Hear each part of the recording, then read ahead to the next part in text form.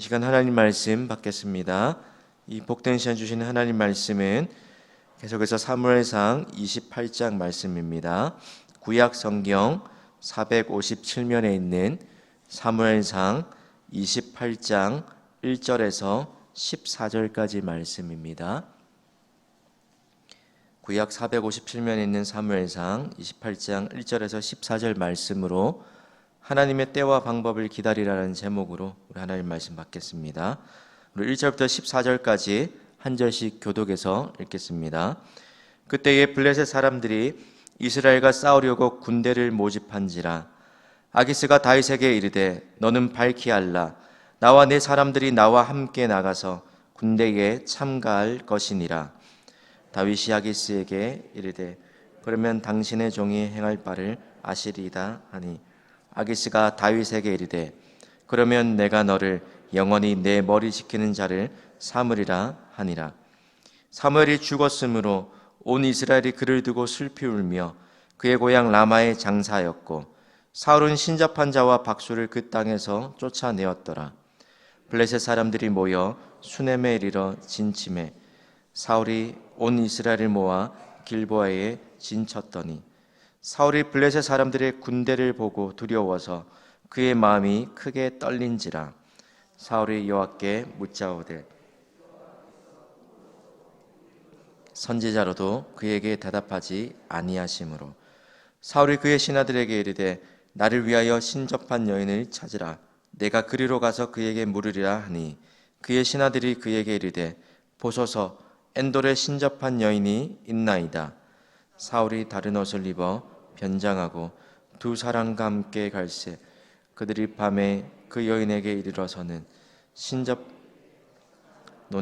나를 위하여 신접한 술법으로 내가 내게 말하는 사람을 불러올리라 하니, 여인이 그에게 이르되 내가 사울이 행한 일 곧 그가 신접한 자와 박수를 이 땅에서 멸절시켰음을 아나니 내가 어찌하여 내 생명을 올무로 놓아 나를 죽게 하느냐 하는지라.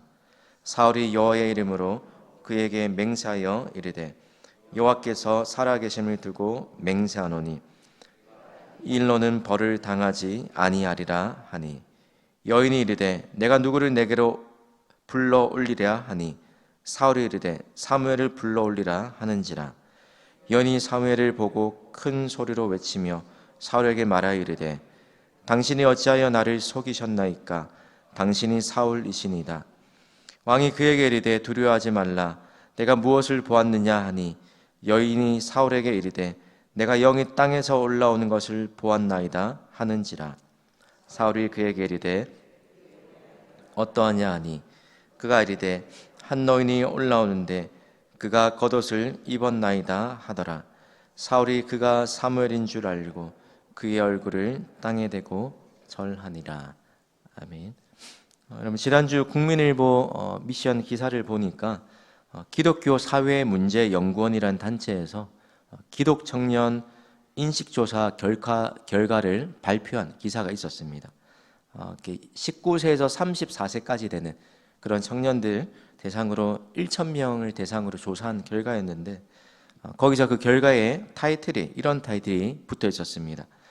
기독 청년 45%, 그러니까 5명 중에 2명이 심적 평안위에 점이나 사주를 본 적이 있다라는 그런 기사의 머리글이 달린 기사를 보았습니다. 그러면서 그 기사에 분석하기를 이렇게 말합니다. 막막한 현실에 대한 불안감을 해소하고 마음의 평안을 찾기 위해 타 종교 활동까지, 명상이나 요가나 타 종교 활동까지 참여하는 것으로 이해할 수 있다라고 그렇게 그 기자가 글을 단 것을 보았습니다. 여러분, 이 조사 결과를 들으면서 참 청년들이 살아가는, 젊은 세대들이 살아가는 시대가 참 불안하고 막막한 현실에 얼마나 참 마음이 불안하면 이런 모습까지 보일까라는 그런 모습과 함께, 또 다른 반대편에서는 우리의 믿음이 얼마나 상황에 따라서 좌지우지 되기 쉬운가라는 그런 반성을 하게 되었습니다. 우리가 오늘 살펴보는 오늘 본문에도 이런 비슷한 행동을 하고 있는 두 사람을 보여주고 있습니다. 오늘 본문에는 막다른 골목에 처한 다윗과 사울이라는 두 사람의 이야기가 나오고 있습니다.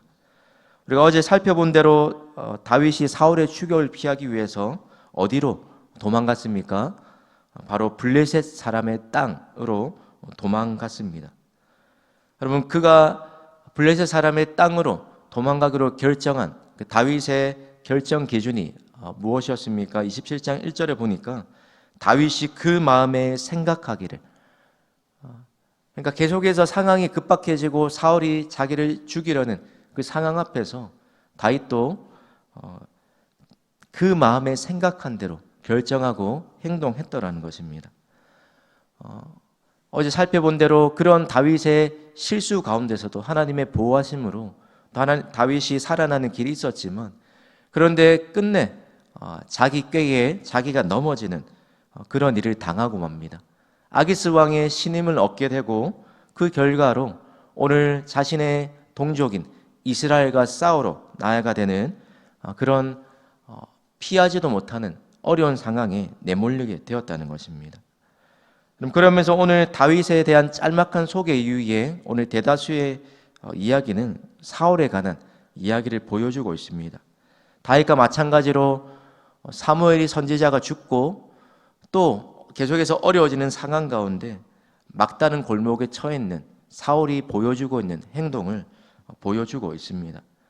오늘 다윗과 이 사울, 이 두 사람의 모습을 통해서, 이 두 사람의 모습을 통해 발견되는 공통점 한 가지, 또 이들을 통해서 우리에게 첫 번째로 보여주는 메시지가 있다라면 바로 믿음의 타협은 없다라는 것입니다. 믿음에 있어서는 타협은 있어서는 안 된다는 것입니다. 여러분, 오늘 사무엘이 죽고 난 이후에 사울이 한 일을 오늘 3절에 이렇게 기록합니다. 사무엘이 죽고 난 후에 사울이 한 일이 무엇입니까? 3절에 보니까 사울은 신접한 자와 박수를 그 땅에서 쫓아내었더라라고 이야기합니다. 너무나 잘한 일이죠. 하나님께서 기뻐하지 않는 그런 자들을 쫓아내고 말씀에 순종하는 것처럼 보입니다. 그래서 오늘 또 다른 상황이 펼쳐지게 되었을 때 블레셋이 쳐들어온 이후에 사울이 신하들에게 또 다른 명령을 하는데 7절 말씀입니다. 블레셋이 쳐들어오자 사울이 어떤 명령을 합니까? 그의 신하들에게 이르되 나를 위하여 신접한 여인을 찾으라. 내가 그리로 가서 그에게 물으리라 하니라고 이야기합니다. 그럼 조금 전까지만 해도 사무엘이 죽고 난 이후에 신접한 자와 박수를 쫓아내는 하나님 보시기에 기뻐하실 만한 행동을 했던 그 사울이 블레셋이 쳐들어온 이후에는 자신이 쫓아내었던 그 신접한 여인을 오히려 찾아가는 그런 어리석은 모습을 보이고 있다라는 겁니다. 왜 사울이 신접한 자를 쫓아내었다가 다시 찾아가게 되었습니까? 오늘 두 가지 이유 때문인데 5절과 6절 말씀에 그 이유를 설명합니다. 사울이 블레셋 사람들의 군대를 보고 두려워서 그의 마음이 크게 떨린지라. 6절에 사울이 여호와께 묻자오되 여호와께서 꿈으로도 우림으로도 선지자로도 그에게 대답하지 아니하심으로. 두 가지 이유 때문이었는데 블레셋이 쳐들어오는데 그 상황이 너무나도 사울에게 큰 두려움으로 다가왔다라는 것입니다. 그런데 더 심각한 것이 무엇입니까? 이런 두려움 가운데 사로잡혀서 하나님의 도움을 구하고 하나님의 뜻을 구하는데도 꿈으로도 우림으로도 선지자로도 그 어떤 방법으로도 하나님께서 이 다급한 상황 가운데 있는 사울에게 아무 말씀도 하시지 않는 이런 상황 가운데 사울이 선택한 것이 신접한 자를 찾으러 내려갔다는 것입니다. 사는 성도 여러분, 우리도 나름대로 어떤 문제를 만날 때 그 문제가 해결되지 않을 것 같으면 어떻게 됩니까? 처음에는 우리가 하나님의 뜻을 구하고 기도하면서 믿음으로 살려고 발버둥 치지만 서두에 말씀드린 그 조사의 발표의 모습처럼 또 오늘 보여주고 있는 다윗과 사울의 모습처럼 상황이 급박해지면 그 문제가 해결될 기미가 보이지 않으면 하나님의 뜻에 합당한지 아닌지는 우리가 묻지도 않고 자기가 원하는 결과를 얻기 위한 방법을 찾기가 쉽다라는 것입니다. 그러면 성경의 위기를 모면하기 위해서 하나님의 뜻이 아니라 자기의 생각을 쫓아서 살았을 때 그 결과가 어떤 것인지 대표적으로 창세기 12장과 13장에 아브라함과 롯의 모습을 통해서 우리에게 잘 보여주고 있습니다. 아브라함과 롯 두 명 다 처음에는 말씀을 쫓아 하나님의 부름을 따라서 살아갔는데, 그런데 어떻게 그들의 삶이 변질되고 맙니까? 애굽 땅에 기근이 찾아오는 그 이스라엘 땅, 자기가 살고 있는 땅에 기근이 찾아왔을 때 아브라함이 애굽 땅으로 양식을 얻기 위해서 내려가게 됩니다.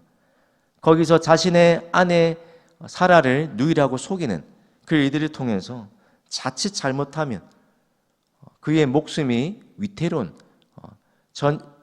이 위기를 모면하려다 또 다른 더 큰 위기를 만나게 되더라는 것입니다. 롯도 당장에 좋아 보이는 그 눈앞의 풍족한 그 비옥한 땅을 선택했지만, 그러나 그 땅이 하나님께 멸망받은 소돔과 고모라 같은 그 땅이었다는 것을 알지 못했을 때, 그 이후에 눈앞에 편해 보이는 당장의 이익이 되는 문제가 해결될 것 같은 그러한 방법을 쫓아 살아갔을 때 오히려 우리 삶 가운데 더 큰 위기를 만나게 되더라는 것입니다. 사랑하는 성도 여러분, 우리의 삶 가운데 어떤 어려움이 찾아오더라도 우리의 생각과 하나님의 생각이 다를 때, 그때 우리의 판단을 따르지 않고 하나님 말씀에 순종하는 것이 믿음인 줄 믿습니다.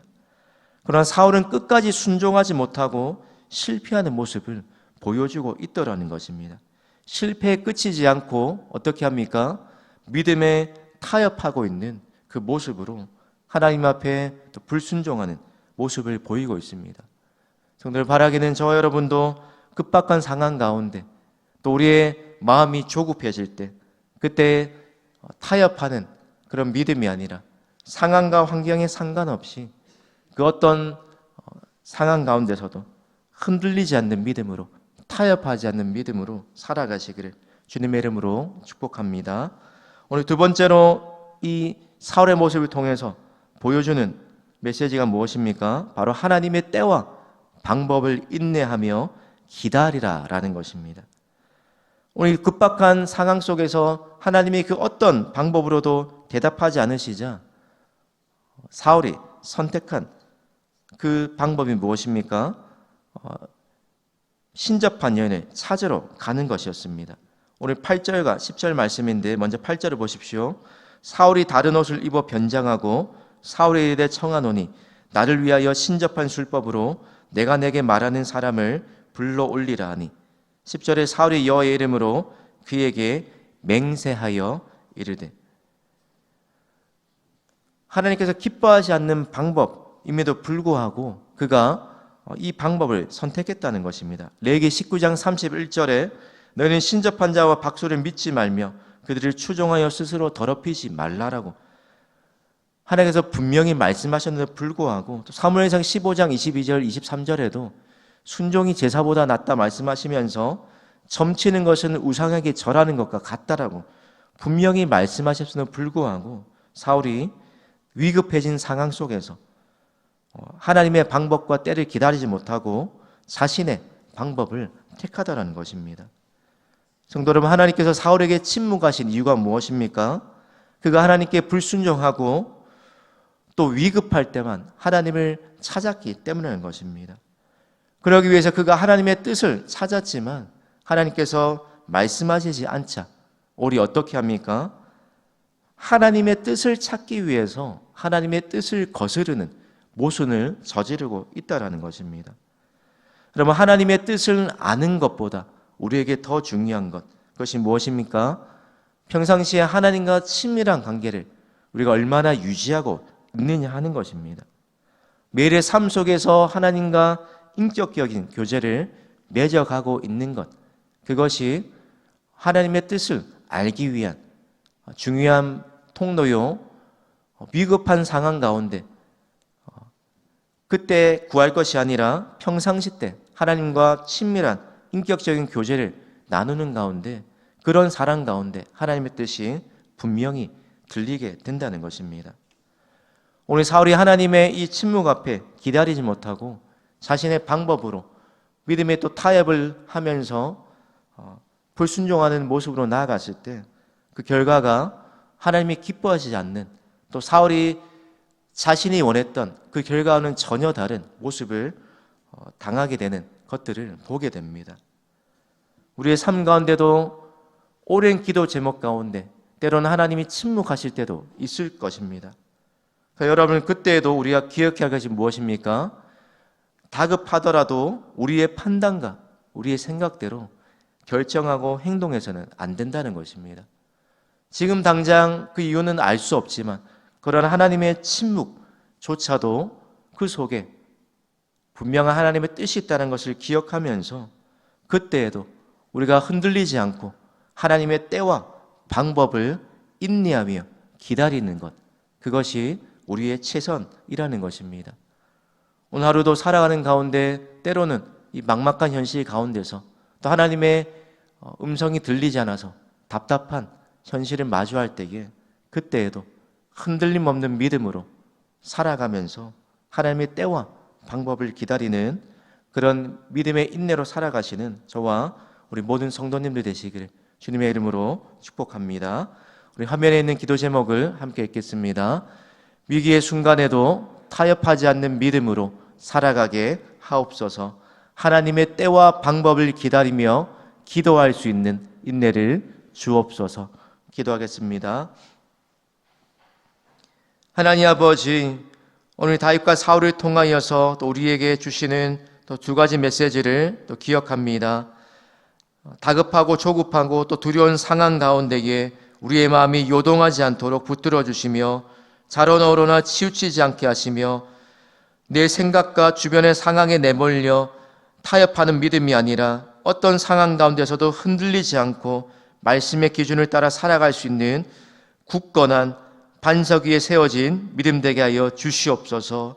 또 오늘 우리가 기도는 하지만 때로는 하나님의 응답이 느려서 또 하나님의 침묵 가운데 답답하여서 다른 것에 우리가 한눈 팔지 않도록 우리의 믿음을 붙잡아 주시며 그 상황 속에서도 우리를 향한 하나님의 선하신 계획과 뜻이 있다는 것을 믿게 하셔서 하나님의 방법과 때를 기다릴 수 있는 믿음을 더하여 주시옵소서.